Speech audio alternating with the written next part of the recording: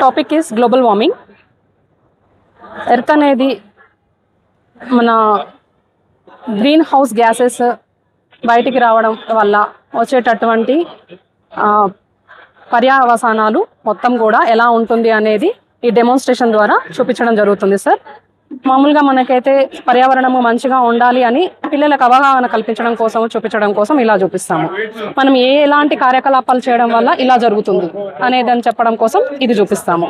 ముఖ్యంగా ఫ్యాక్టరీస్ నుంచి వచ్చేటటువంటి వ్యర్థాల వల్ల, నెక్స్ట్ డిఫారెస్టేషన్ వల్ల, అలాగే వెహికల్స్ నుంచి వచ్చేటటువంటి పొగ వల్ల, దానివల్ల అడవులు మొత్తము నరికేయడం వల్ల వచ్చేటటువంటి మొత్తము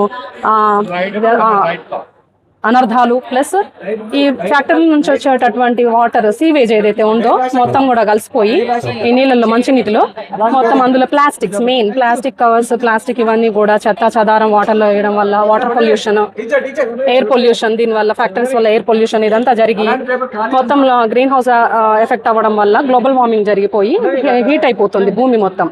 దీనివల్ల ఇది క్లియర్గా పిల్లలకి అవగాహన కల్పించడం కోసం ఎర్త్ అనేది ఏ రకంగా ఉంటుంది, ఇలా స్మైల్ అంటే ఇలా గ్రీనిష్గా ఉంటే ఇలా ఉంటుంది, ప్లస్ ఇలా మొత్తము ఫ్యాక్టరీస్ నుంచి వచ్చేటటువంటి వ్యర్థాలన్నీ ఇలా ఎగ్జిబిట్ అవ్వడం వల్ల మొత్తము కాలుష్యం చేయడం వల్ల ఇలా అవుతుంది.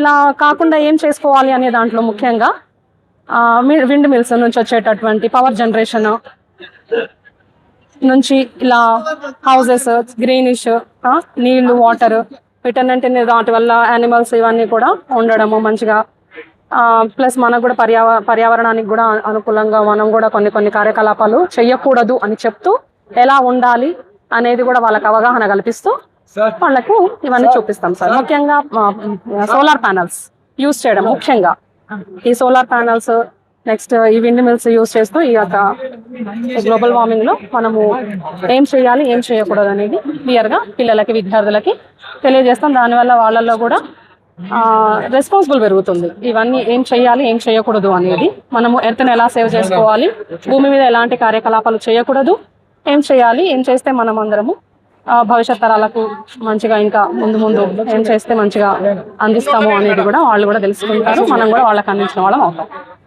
Thank you sir.